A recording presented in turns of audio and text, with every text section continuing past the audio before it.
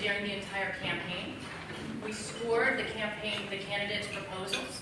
We fact-check all sorts of things. We work with the media. We work with our coalition around the country to try to focus on fiscal policy. And I think it's an incredibly important moment for the country because as we now are moving from campaigning to governing, there's a huge question that's still out there, whether, I think there were a lot of very important issues that have to do with the economy that were raised during the campaign, but fiscal policy certainly wasn't the center of the discussion. And if we're going to deal with the fact that the country is facing near record levels of debt and that the debt is on an unsustainable path, we're going to have to, as we transition towards governing, think about hard choices, budgetary trade-offs. All is part of a comprehensive plan to grow the economy, of which fiscal responsibility is one of the biggest underpinnings of a comprehensive economic growth plan. So I'm going to turn it over to our co-chairs today. I'm really delighted to have, gosh, there's so many things that go on explaining everything they've done. So Governor/President Daniels, who was an OMB director, governor, and now president of Purdue. Former Congressman Tim Penny, who has been a co-chair of our committee not once but twice. A member of Congress for many years, worked on a lot of different issues, had his own budget plan, was on the Social Security Commission, has worked on these issues for quite some time. And Leon Panetta, who, let's hope I get every one of these things right, has been the chairman of the Budget Committee, the chief of staff, the director of OB, Art and Order, the secretary of defense, the head of the CIA, lots of other things too. So we really have an incredible group, and then many of our board meeting members who are here as well. So please join me in thanking them. Wait one second before we thank them. And as soon as they're done, we're talking a little bit about this remark. We're going to be joined by Greg Ick, who is one of the great thinkers and writers at the Wall Street Journal, who will lead us in a moderated discussion. So thanks for joining us, and thank you to our panel.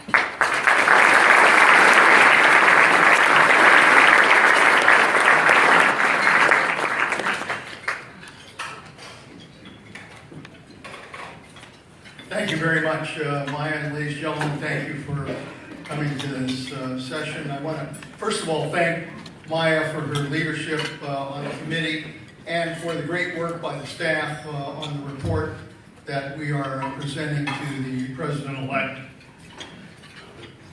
The reason we're here is because, unfortunately, we never seem to learn the lessons of history.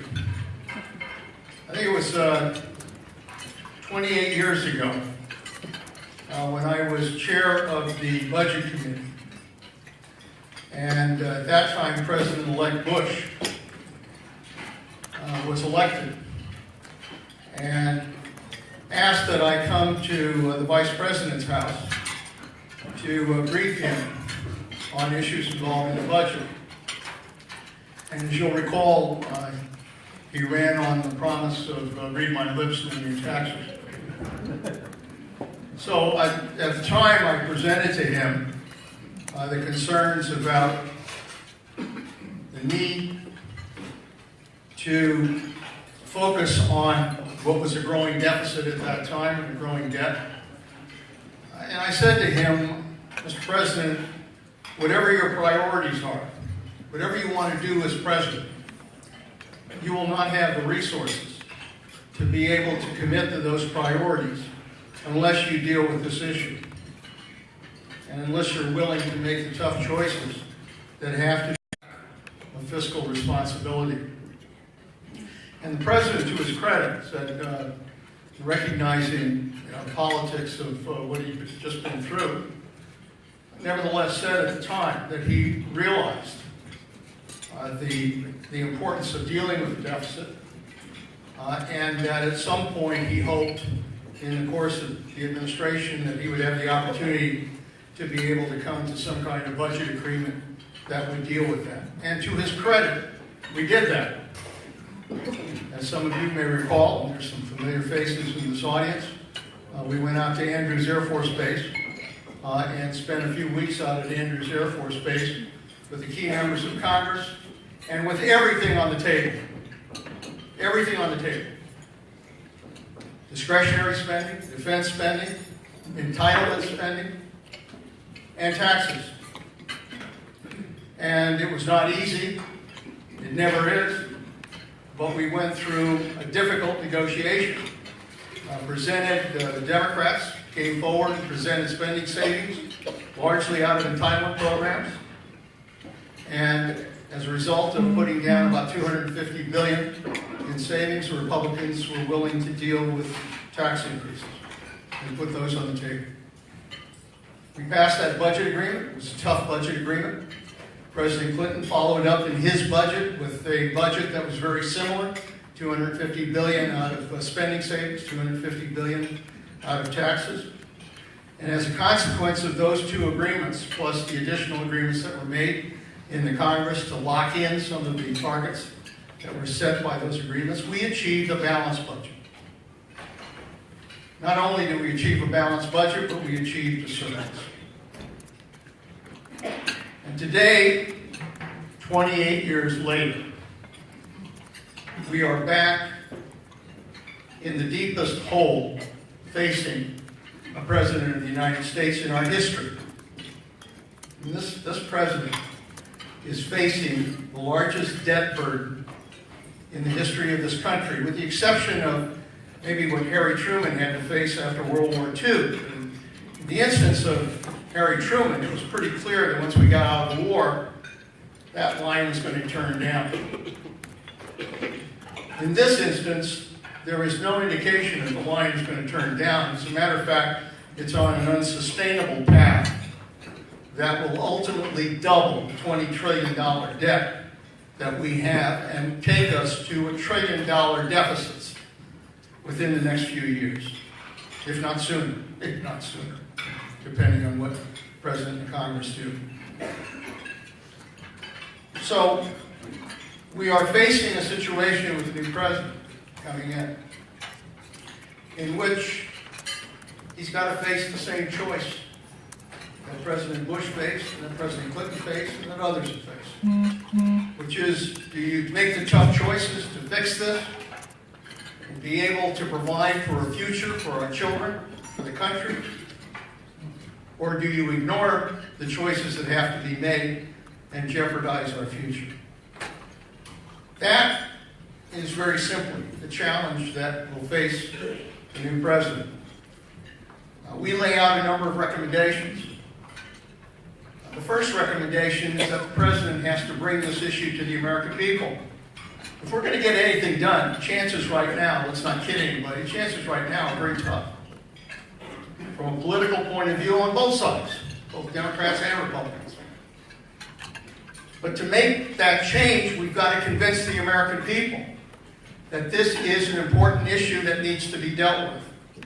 Now, when George Bush was running, we had a guy named Ross Perot who came along and made this a big political issue. And there was a lot of political support and awareness for the need to do something. If we're going to do anything about this, the president's got to be willing to bring this issue to the American people, the issue of fiscal responsibility. So that's number one. Number two, the president has to, in what looks like almost two budgets that we'll be dealing with if they pass a CR, this president's going to have to deal with the 17 budget, and he's also going to have to then present his own budget for fiscal year 18. And he's going to have to identify goals. What does he want to achieve? Are we going to be on a path towards reducing the deficit? Are we going to be on a path that indicates fiscal responsibility? If we are, he's got to build those goals into his budget and establish that in the first budgets that are presented.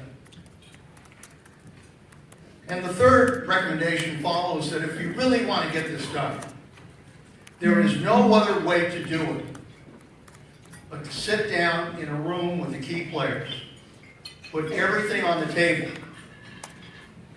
and develop a budget agreement that will provide a certain path for this country over the next 5 to 10 years as to what's to be achieved. Now, as Secretary of Defense, I keep getting asked about the defense budget. You can't have a strong defense in this country if you don't have a certain budget that lays out certain numbers as to where we're going.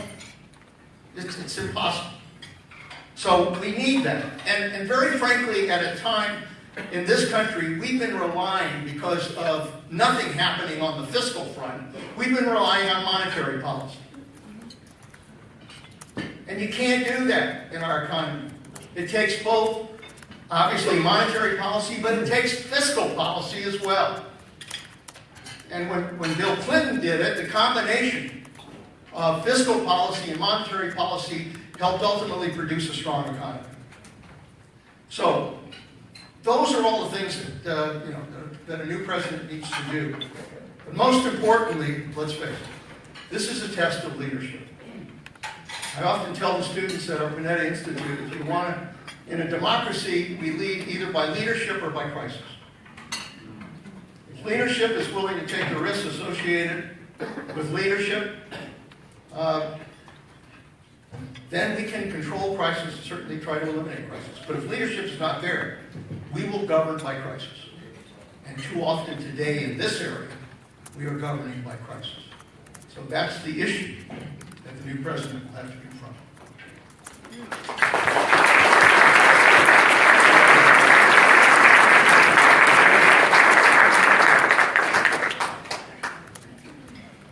Mitch and I are debating who goes second. I followed the memo, but we're giving him a break. And actually, Mitch has a little bit of a raspy throat, so we're going to give him time to drink his tea and get ready to queue up. I want to start by thanking the staff because this is being billed as a memo from the three co-chairs of the Committee for Responsible Federal Budget, but it's the great staff, Maya and her crew, that have done the bulk of the work here, and we're so appreciative of them helping us craft this message, and we think it's critical at this point, just as it is at any point between election and inauguration, to urge the incoming administration to take seriously the fiscal threat that the nation faces. So that's what the memo was all about, and I'm actually supposed to talk about items 8, 9, and 10 of this memo, which deal with healthcare costs, Social Security, and then picking an economic team. But let me start by just saying a couple things about my history on this issue, and I'm somewhat constrained because with Leon's introduction, I'm sort of reminded of the comment a politician made after 3 or 4 politicians had already spoken, and he said, well, everything has already been said, but it just hasn't been said by me. So I'm sort of in that role. But after leaving Congress, I was approached by Carol Cox Waite, who was then the president and founder of the Committee for Responsible Federal Budget, to join this austere, well, it is austere because of this august organization. And I was baffled by that, because it was comprised of virtually everyone who had ever run the OMB, the GAO, the CBO, and then me. And several years later, Bill Frenzel, another Minnesota congressman who had been for many years on the Ways and Means Committee, was asked to chair the organization, and I was approached to co-chair with Bill Frenzel, and loved that role.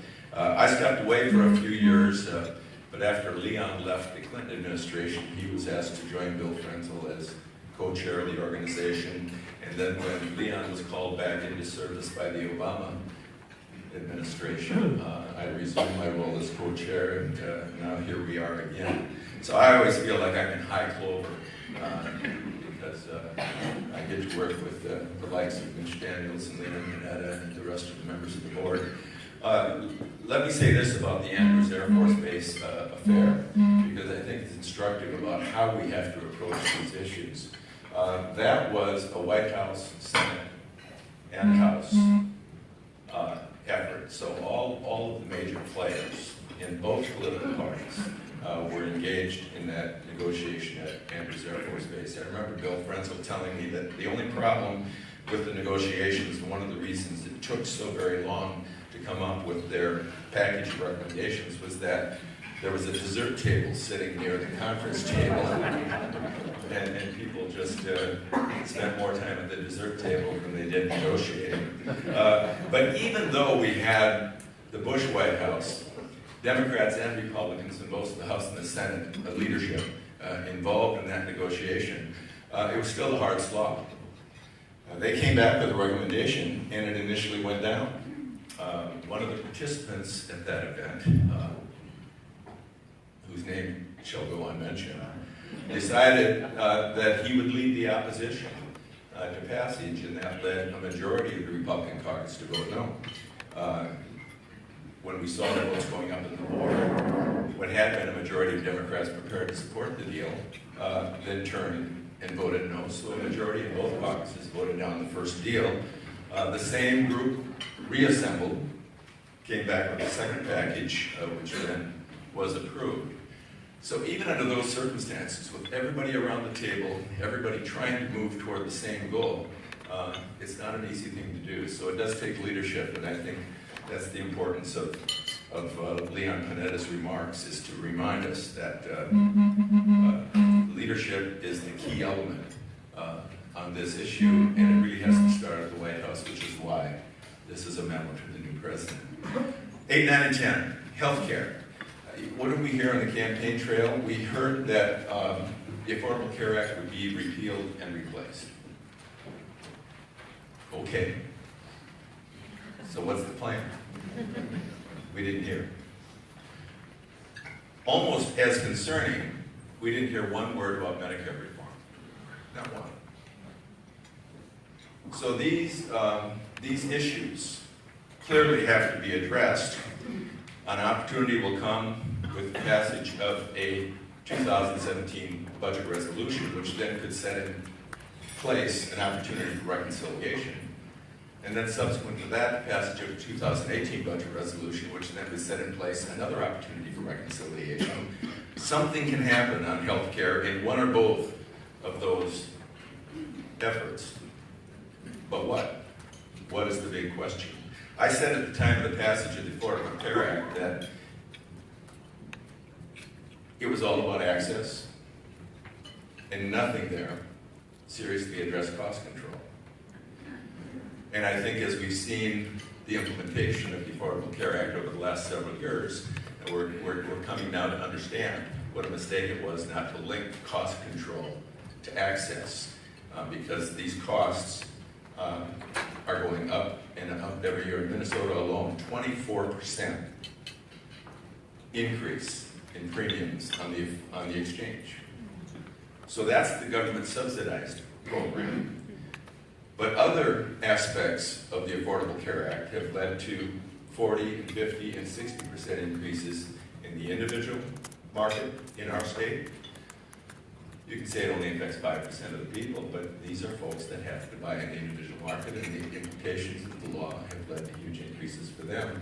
And I run a foundation with 18 employees. Third year in a row, we faced a 25% increase in our premium. Small employer plans have been affected by this. So whether it's the government programs, Medicaid, Medicare, the Affordable Care Act, or whether it's private sector, really cost control needs to be the big issue. So they should look at all these opportunities, repeal and replace,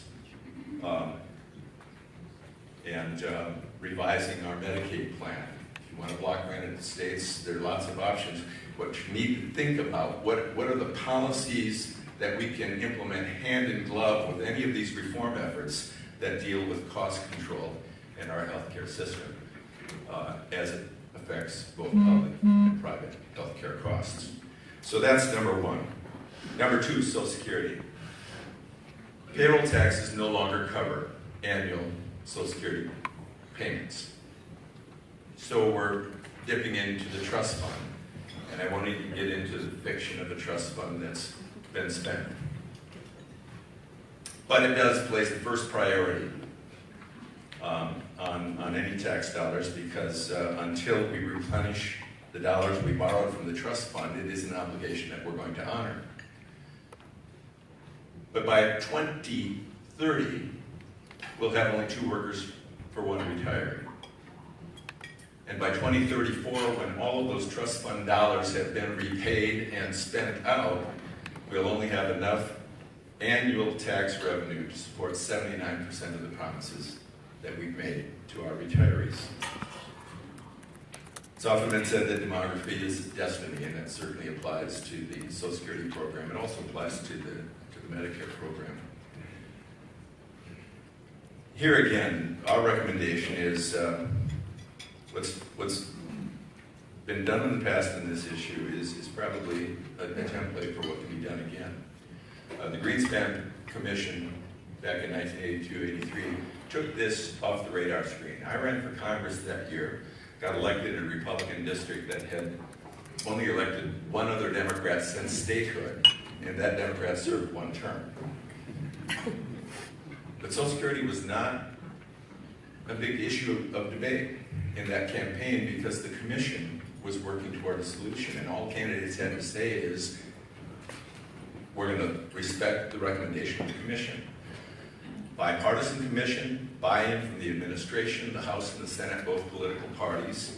Here again, even when those recommendations came forward, and these recommendations bought us all a pass during that election season, it was not an easy sell. We had to separate out raising the retirement age as a separate vote in order to get that package of recommendations forward. But much like the budget deal that Leon described a few moments ago, this asked a little sacrifice of everybody and a little sacrifice of both political parties, because in this deal, we did trim benefits by delaying cost of living increases. We did then delay retirement for the baby boom generation, and we implemented a series of payroll tax increases for the balance of the 1980s. But what did that plan do with those elements of cost control and revenue? It bought us 30 years of solvency in the Social Security system. And something like that can be done and needs to be done again. But it'll only be done with leadership from the White House, and that gets to the last point, number 10 on our list of recommendations, and that's a new president has to surround themselves with an economic team of talent. Listen to that team if you want to get things done. And it's not just the talent, it's a demonstrated capacity to negotiate and to work with all parties. So we don't know much so far. Mnuchin has been selected for Treasury, evidently has the talent. Does he know how to work with others to get things done? We don't know yet, we'll find out. Price has been nominated to head up Health and Human Services. He clearly has ideas about reforming our healthcare system, Medicaid, Medicare, the Affordable Care Act. He clearly has some ideas about cost control in the healthcare arena. So maybe that's a helpful thing. All of this will have to get some degree of support on Capitol Hill, and clearly as a member of Congress, he's got relationships there that may help. But we've got the Office of Management and Budget, the National Economic Council, the chair of the Council of Economic Advisors. We've got other key positions, and we need to look not just for the skill to do the job, but the skill to negotiate with Capitol Hill. Clinton set an example, and I hesitate to offer that recommendation to this president, having just defeated President Clinton's spouse. But he reset the economic debate in the time frame between the election and the inauguration. First of all, he picked an outstanding economic team, Leon Panetta as director of the Office of Management and Budget, Alice Rivlin to be your hand-in-hand partner in that effort, Bob Rubin at Treasury, others that knew their stuff and knew how to work with Capitol Hill. And Clinton also went to Little Rock and had 2-3 days of economic conversation and actually backed away from some of the promises he made in the campaign because of the fiscal realities that he came to understand were more important than keeping some of those campaign promises. So a middle-class tax cut, which was central to his campaign team, was no longer heard about. And instead of that, we did do something in the earning tax credit for the lowest income folks. And Marty Russo was on the Basic Needs Committee at that time. So he reset the economic debate, put more of a focus on fiscal responsibility, and it can be done, and this is the time to do it. And a way to move in that direction is with the kind of team you surround yourself with. So if we want to be hopeful about the prospects for the new administration, it's that everything about Trump says he's a deal maker. And if he surrounds himself with good people and empowers them to make a deal,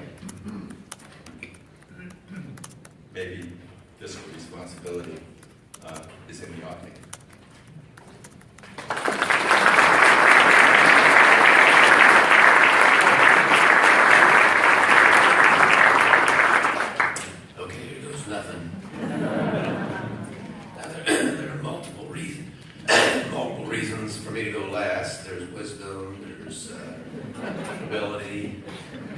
in fact, I can't talk. So let me be very, very brief and get on to the moderated part of the program.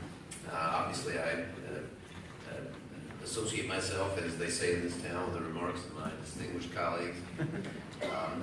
Just a couple other quick observations. One is that we're all finding out, this administration is still finding out about itself. That's only natural, all of them do.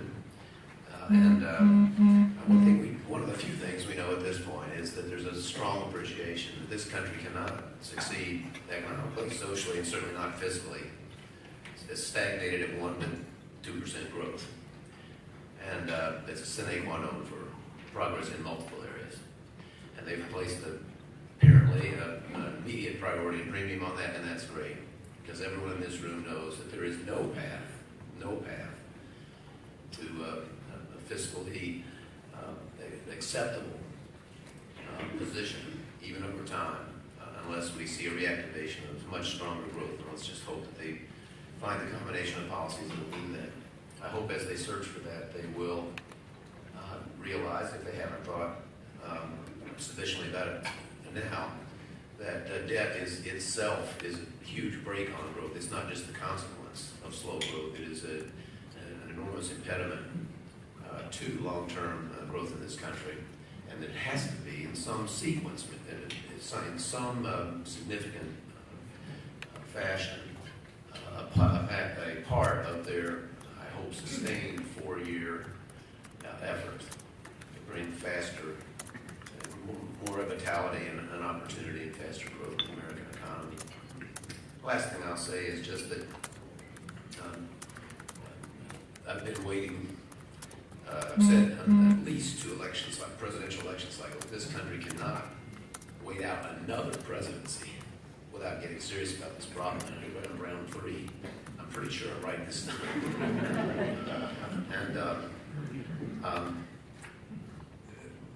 It's always been obvious to me that the not merely our material prosperity, which under the worst of circumstances, this is a wealthier, more blessed country than humanity's ever contemplated before.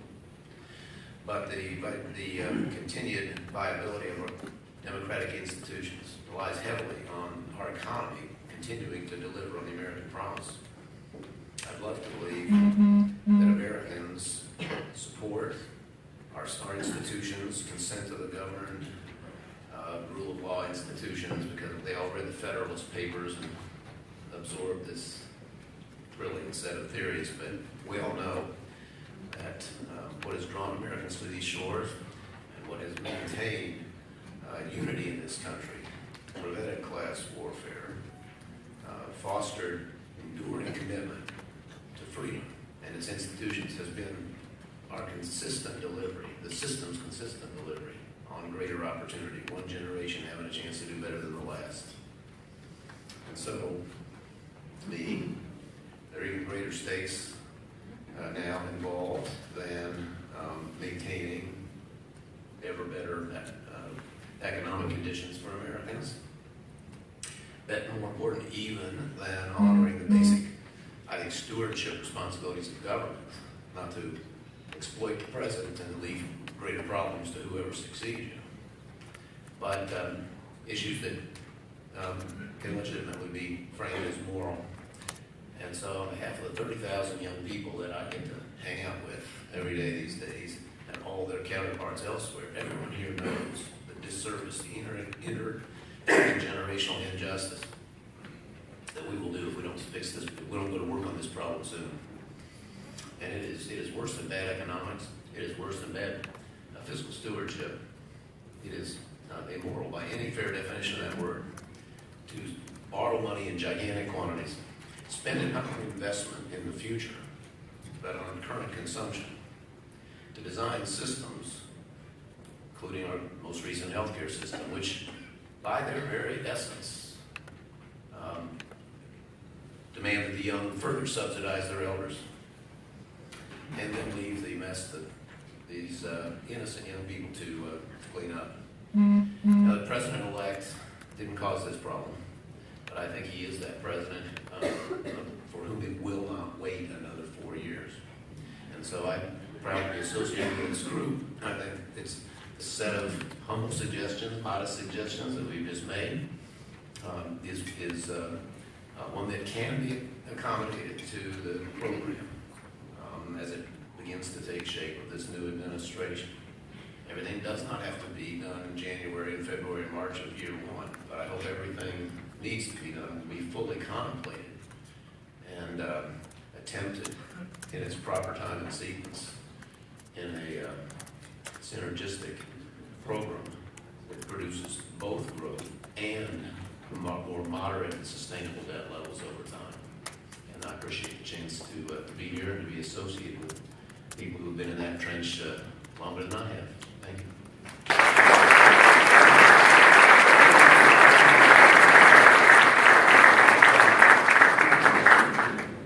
Thanks very much,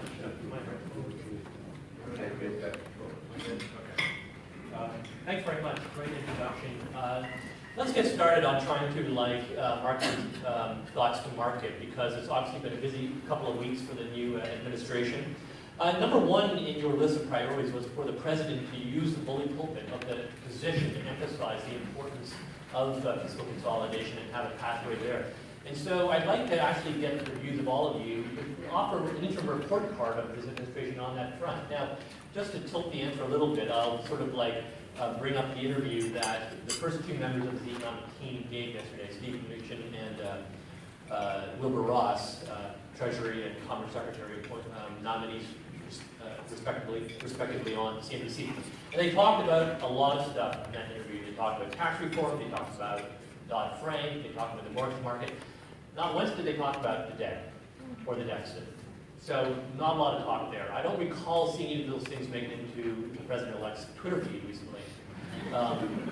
There was a homage to our first Treasury Secretary, of course, who was consolidated national debt, but I don't think that had anything to do with the national debt. So I know it's early days, but could all three of you, starting with you, Secretary Panetta, give us an interim report card of how this administration is doing in terms of addressing the issues that you surface here? Well, it's incomplete, to say the least, if not D minus. Nobody's paying attention to the debt issue.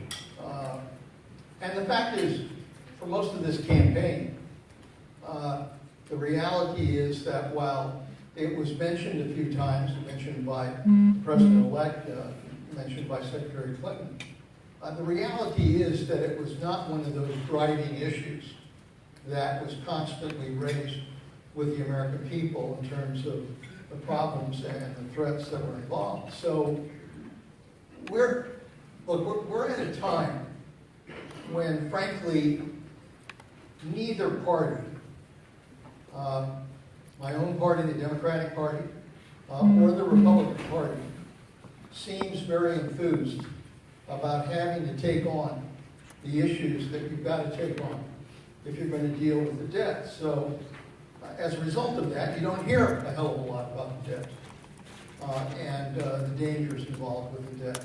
So that remains a very fundamental issue. Look, if the politics aren't with you on this issue, and this is tough enough, I mean, to try to get members, let's face it, try to get members to either raise taxes, even in the context of tax reform, or even touch entitlement programs in order to get savings there. I mean, these members will run for the doors. And, to a large extent, the President-elect has kind of, emphasized both areas, that he's not going to, he's certainly not talking about raising taxes, and he's not even talking about touching Social Security or Medicare. So you've got a problem on both parties with regards to the will to deal with this issue. So the question then becomes, can a president of the United States, recognizing the responsibility of the president, go to the American people and say, we cannot allow this issue not dealt with because of what it'll do to our economy, because of what it'll do to my ability to do the things that I promised I would do for the American people. He's got to be able to do that. Now, will he? That's going to be the fundamental question. I mean, right now, I don't see that as a high priority, if you want to know the truth. I mean, we'll beat them up, we'll try to, do what we can here. But until the American people recognize that this better be dealt with, or their future of their children is going to be in jeopardy. Until that connection is made, we're not going to be able to get much done. Councilman Benny, for a second. I think it's tragic that the first time since 1980 that we have a presidential campaign in which deficit and debt wasn't one of the major debate items, in which both candidates competed to present credible plans toward approaching the issue. So that's disheartening. I'll give credit to Maya and her team that to the degree the deficit and debt came up during this campaign, it came up because of the material they were developing and feeding to the news media. It ended up in several of the debates because the moderators used Committee for Responsible Federal Budget material to pose questions in those debates. And I think it had an influence on the economic plans of both candidates. Trump's tax cuts were like a $12 trillion deal to begin with, and he cut that in half by the end of the campaign. I'd like to think that the committee's influence on that was felt, and Clinton didn't jack up the deficit all that much, didn't reduce it by a dime, but at least all of her new stuff was offset on a pay-as-you-go basis. So there again, I think the committee had an influence on that. But to Leon's point, if we're going to get anything done, it essentially starts and stops with the president. Governor Daniels? Because if the president doesn't take the lead on this issue, don't expect Congress to jump out in front and take the lead. So that's why the memo, that's why this event. So, Governor Daniels, you've been through this process before of creating a new administration in the interim period. How disappointed should we be that we haven't heard more from the president-elect and his folks on these issues? Well, I'm not incrementally disappointed because we haven't did anything for the last 23 days, and we didn't hear anything for the previous 500 from anybody. And then there were debates, if I recall, with somewhere between 17 and 150 people, candidates on the stage. None talked about it either, on either side. Now, I'll offer a slightly different expression of hope. There are certainly people in the Congress, and Paul Ryan is the best example I can think of, but he's not alone, who understand exactly what we're looking at here, and have been thinking about it a long time, and who I believe think, as I think, that there's a vocabulary for talking to American people about this. Leon gave you one clue. Most people would never intentionally plunder their young. It's not. In fact, that's what's bothering most Americans. My kids won't live better than I do. Well, if there's a chance of that, and if there is, the biggest risk of that happening is the issue, the intention of the issue that we're dealing with here. So I actually think, yes, it would be good if the new administration and the president-elect decided, we need to elevate this in our agenda and in our list of problems we've got to tackle. Because it is all tangled up with growth and things that we know we want to do better at.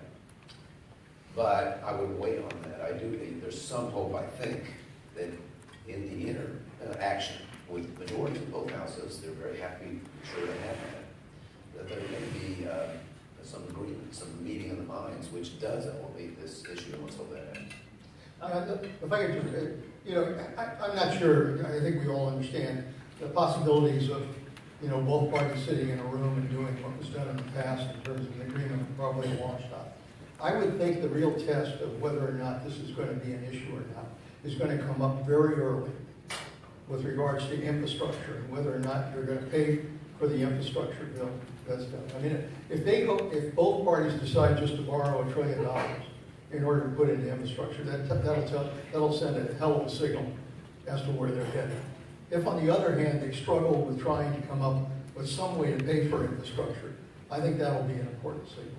I think if you do a large tax cut here, then it all goes directly to the deficit or to the debt. that's another idea. So there'll be some early tests as to whether or not the Congress is serious about beginning to take this issue.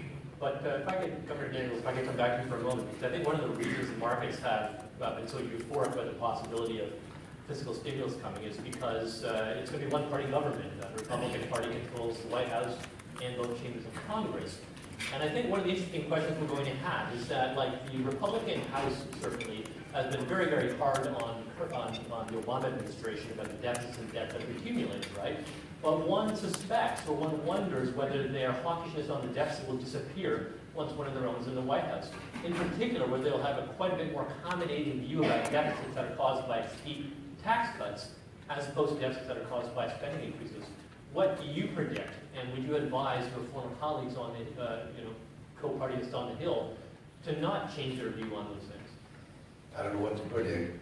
I think it's not unnatural that they be deferential 23 days after a surprise outcome like this. And while people are being identified, policies are just beginning to take shape. I don't know too many of these folks.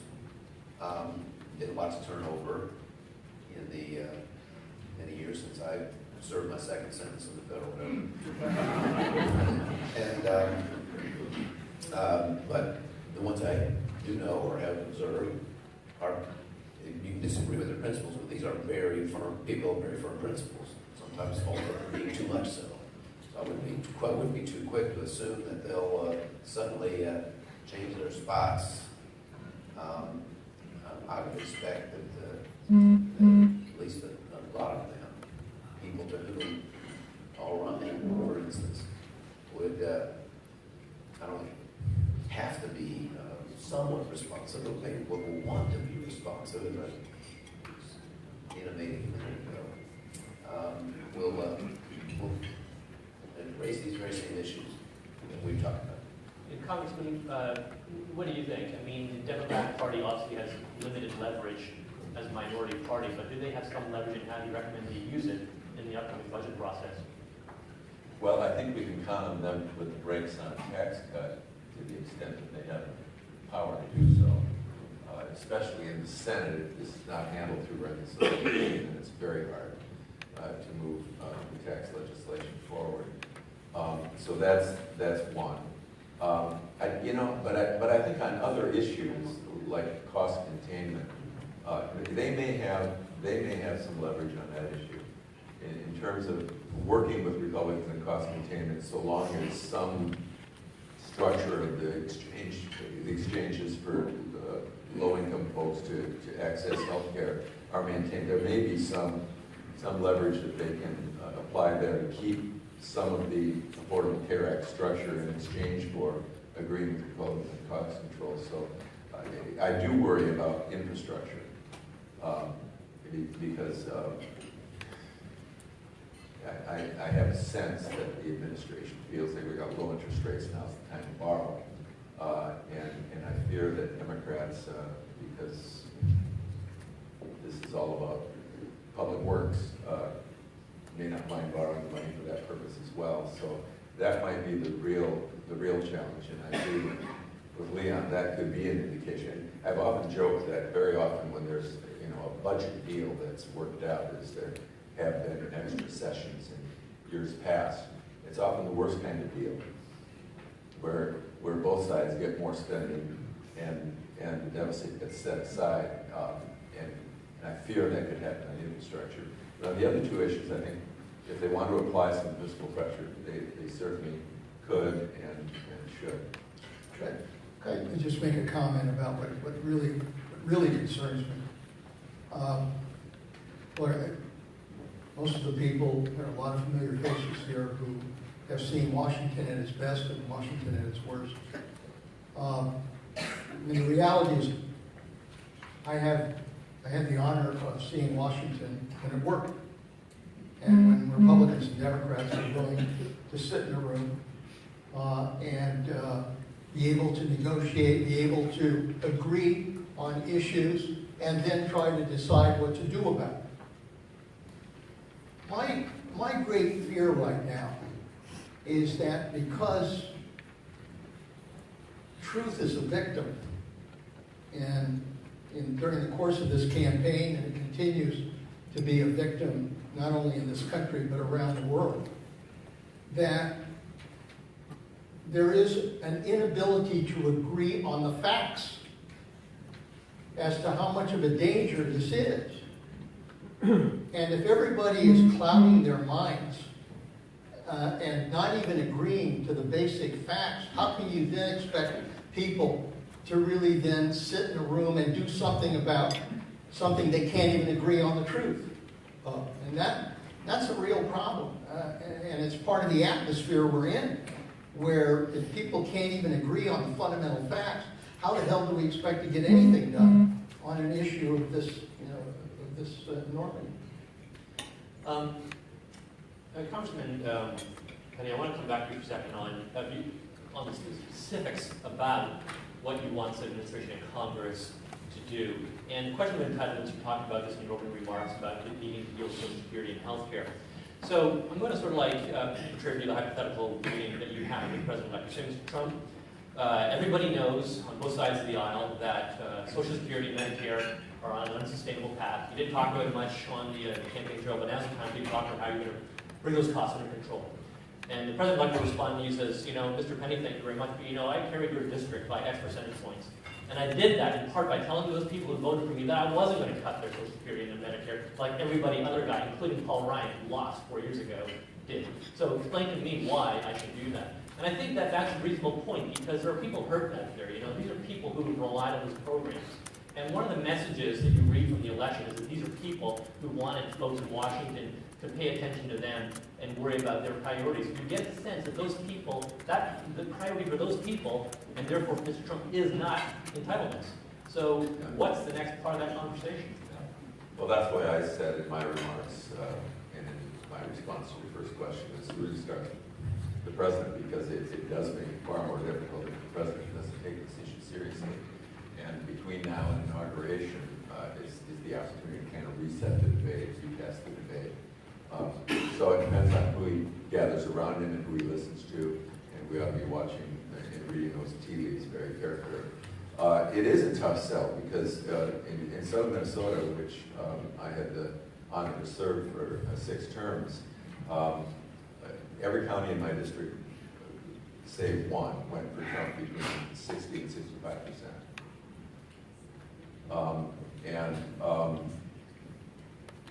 There's a paradox, because the same voters in my district who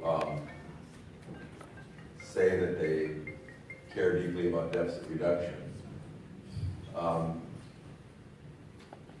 haven't made the connection that Social Security and Medicare have anything to do with the deficits. And so I think it is a hard sell. And I don't think that Trump is so much a factor, except that if he's not taking the lead on this issue, then members of Congress not only have to advance this issue out here, they have to educate back home. I don't think he's going to come into their districts and cause them harm, but he has made the challenge of persuading folks and convincing folks of the need to take these actions much more difficult. And that's why I'm less optimistic than you are about the ability of members of Congress to kind of force this issue without presidential leadership. Governor Daniels, there's a lot of Trump voters in Indiana. How would you go to those voters and say, dealing with entitlements is in your best interest in a way that's politically sellable? Yeah, well, I said when I said that I thought there's a vocabulary for this, I really do. And every demagogue, of course, either party starts out with whether they want to wreck Social Security or take away your Social Security. So I think the first thing you have to point out to people is that no, those people are the threats. We're here to save the safety net, which otherwise we're going to lose. And then you have to start, I would start, and I've done this in audiences, even though I didn't never wait for a federal office, but people are curious. And I think you start by saying, now, everyone listen, nothing will change for you. If you're over, pick your number, 50 or 55, nothing will change for you You get that? Nothing will change for you. Did I mention nothing will change for you? Now, we would like there to be something there for your kids. I mean, so you're good to go. Deal's a deal. We agree. Now, there's a mortal danger your kids won't have the same safety net. And we need to start some things now that take effect very gradually and in the future. So that's what we're here to work on. But nothing will change for you. And I just cling to the notion that the American people can be spoken to that way. I understand the temptations not to, and I've heard the constant, the God be around this thing. Somebody's got to try. And I just say, the case is a strong one, as we know. It's my own view, but everybody in this room knows we cannot solve the debt problem. It's already too bad. Does anybody disagree with that? We're going to default on the debt by one definition or another. We're going to inflate our way. We're going to repress our way as the bankers. We've just been doing that, right? I remember the negative interest rates or artificially low interest rates. One reason that the recent deficits have been only awful instead of unthinkable. So we are that lucky country who prints the world's reserve currency. We're that lucky country that is still the best place with all our self-inflicted economic obstacles to invest and so forth. And so I believe all the new administration has to do, is get started, show the world that we're on a long way path not to have a cataclysm. And the world will bridge finance this country, even though we can't really bring it down and pay it off. The problem is, none of this is easy. None of this is easy. I mean, we would have solved this problem a long time ago if it was easy. I mean, the problem is Republicans, don't want to raise taxes. I mean, goes back to the 80s. Republicans don't want to raise taxes, cut defense. Democrats don't want to touch Social Security, Medicare, and entitlements, or domestic discretionary spending. That's the politics. Neither of them, want to touch programs that are important to their constituencies. So the only way you're ever going to get a deal is if both are willing to put both issues on the table. And that's the only way we're going to get a budget deal. I mean, the problem is right now the Congress has been futzing around with discretionary spending and cutting the hell out of discretionary spending. The sequester has damaged defense, it's damaged other programs. They're not going to balance the budget on the discretionary programs. Come on. So if you want to deal with it, then you've got to agree on the facts, which are that if we don't deal with it, Medicare is going to go broke, Social Security is going to go broke, these benefits are going to be hurt, and by the way, the economy is going to be seriously impacted, and we will have no growth. This is a real problem. If you agree on that, then the next step is to say, you do entitlement savings, entitlement reform, the Republicans do tax reform, that raises some taxes, and that's the deal. And they both have to walk the plank. And if they walk the plank, we get the deal done. This isn't going to be pleasant. And the fact is, there'll probably be some members who lose their seats because of that decision. Members lost their seat in voting for the Clinton buddy. That's a tough vote. And that's why people stay away from this stuff. That's why the leadership doesn't lead on this stuff. That's why presidents don't stay away from this stuff. Because it's tough. But the only way we're going to deal with this is when everybody is prepared to say, we're willing to sacrifice and to do the right things for our programs. You have to be willing to do the right thing for your program. And then you both sides have to walk that plank together. If you have just 1 minute left, I want to ask one quick question. There's a saying in this town nowadays, personnel is policy.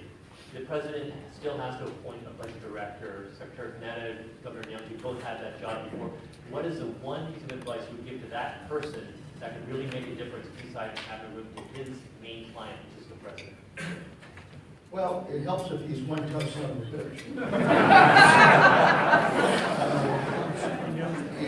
don't have a thick skin to roll on. The most important thing is, A, that that person knows numbers and knows the budget and understands what the hell the implications are, because most presidents don't know all the pieces that make up the federal budget. So you need somebody that knows the budget. And number two, has a good relationship with the president, so that the president trusts that individual. And if you have those two qualities, that's pretty important. As in other jobs, I think the one question is, what are the limits of my authority? How much, Mr. President, will you let me do for you? Budget directors can either be the hammer or the administration. I used to tell our people, we're here to solve 10 problems a day, so the president never has to do it, has to spend his own time on it. Others are, frankly, are just mechanics and kind of ciphers, and it all has to do with if the president sees what that job can do for him. And people know, cabinet members and others know, there's no sense of messing, with Panetta, because when he speaks, the president's going to be behind him in 99% of the cases. I think it's in the president's interest, frankly, to set it up that way, but some don't want it that way or don't see that. If he's smart, he will appoint someone like Mitch or Leon. Trump, if you're listening, put your phone numbers. Thank you very much.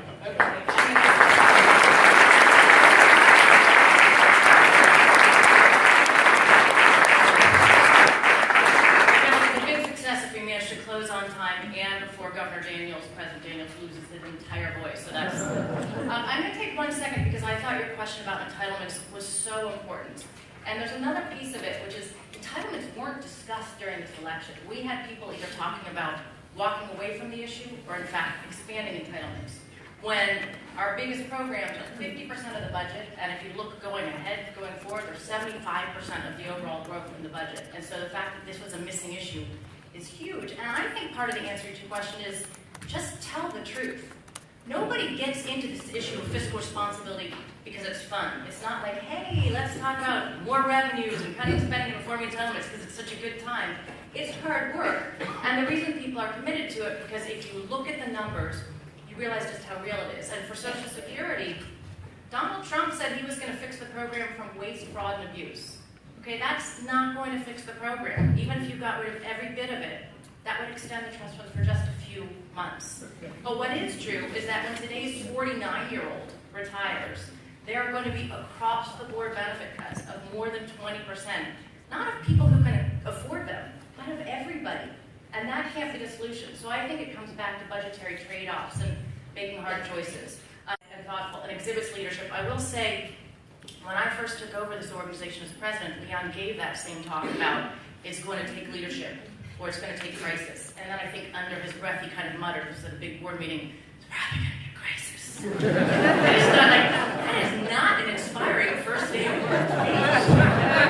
But it's not going to be a crisis. There's going to be able to be leadership that comes from the top and from the Congress and from outsiders who can help push it. So that's why we keep working on it. Thank you so much to our panel for joining us, and thank you all.